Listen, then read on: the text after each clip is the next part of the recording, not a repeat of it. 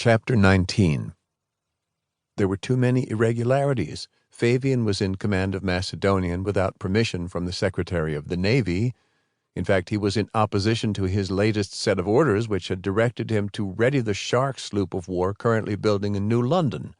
There was only one thing that could clear him in the eyes of a court-martial board. The fourth article was very clear. If any person in the Navy shall treacherously yield or pusillanimously cry for quarters, he shall suffer death, on conviction thereof, by a general court-martial. In order to be found innocent by a court-martial, Favian would have to prove his surrender was not treacherous or pusillanimous. In other words, he would have to resist to the last. Such resistance would make a slaughterhouse of Macedonian, butcher the crew, tear the ship asunder, topple the masts.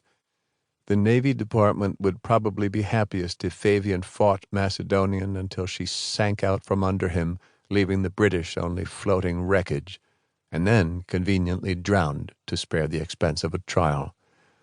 Well, he'd do what the Navy Department wanted. He'd fight until he could fight no more, and then haul the flag down.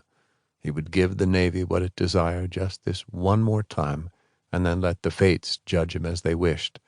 He looked forward, seeing the men standing at their stations, their eyes moving from the two British frigates to Favian and back again. Trusting him, it seemed, to get them out of this. The trust was what the Navy counted on. If the Navy was lucky, Macedonian's entire complement would go on trusting Favian until they died at their guns. Favian saw Mad Lazarus standing at his station by the barricade, his pale eyes resting on Favian, confident in their knowledge of disaster. No, Favian thought, I'm not giving India a prophecy yet. There's little I can do, but I'm going to do it. He put the heavy boarding helmet on his head, tying the shaggy bearskin chin-piece under his chin. "Starboard broadside, out tompions," he called. "Load with round shot, stand ready to run out." There was a brief, weary cheer from the exhausted men, as if his decision to fight had confirmed some private opinion. Favian looked up at the two British frigates, saw light winking from the enemy telescopes on the quarterdeck.